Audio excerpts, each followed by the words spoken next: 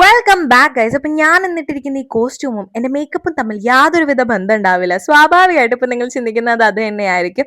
ഞാൻ ആക്ച്വലി നല്ലൊരു ഷൂട്ടിന് വേണ്ടി പ്ലാൻ ചെയ്തതാട്ടോ. പക്ഷെ അൺഫോർച്ചുനേറ്റ്ലി വെതർ സമ്മതിക്കാഞ്ഞുകൊണ്ട് തന്നെ ഷൂട്ട് ക്യാൻസൽ ആയിട്ടോ.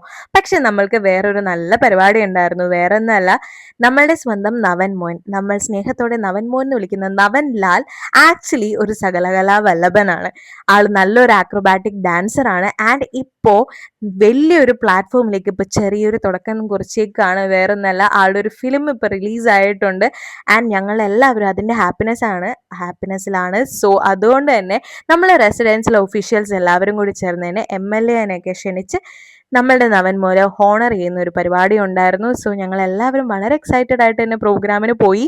ഈ ഒരു ഈശ്വര പ്രാർത്ഥനയുടെ ഈ ഒരു സെക്ഷൻ വന്നപ്പോൾ ആക്ച്വലി ഞാൻ കുറച്ച് നെസ്റ്റു ആയി പോയിട്ടോ. ബിക്കോസ് എൻ്റെ സ്കൂൾ ടൈമിലൊക്കെ ഓൾമോസ്റ്റ് ഒരു 4th സ്റ്റാൻഡേർഡ് മുതൽ 10th സ്റ്റാൻഡേർഡ് വരെ ഞാനായിരുന്നു പ്രയർ സോങ്ങും കാര്യങ്ങളൊക്കെ കണ്ടക്ട് ചെയ്തുകൊണ്ടിരുന്നായിരുന്നത്. അപ്പോൾ എനിക്ക് പെട്ടെന്ന് ആ ഒരു ഫീലൊക്കെ വന്നു കേട്ടോ. എനിവേസ് പ്രോഗ്രാമൊക്കെ കഴിഞ്ഞതിന് ശേഷം ഞങ്ങൾക്ക് കുറച്ച് പേർച്ചേസ് ഉണ്ടായിരുന്നു. അപ്പോൾ അതിനും പോയി. ഇപ്പം ഇതാട്ടോ എൻ്റെ സ്കിൻ എന്നോട് റിയാക്ട് ചെയ്യുന്ന രീതി.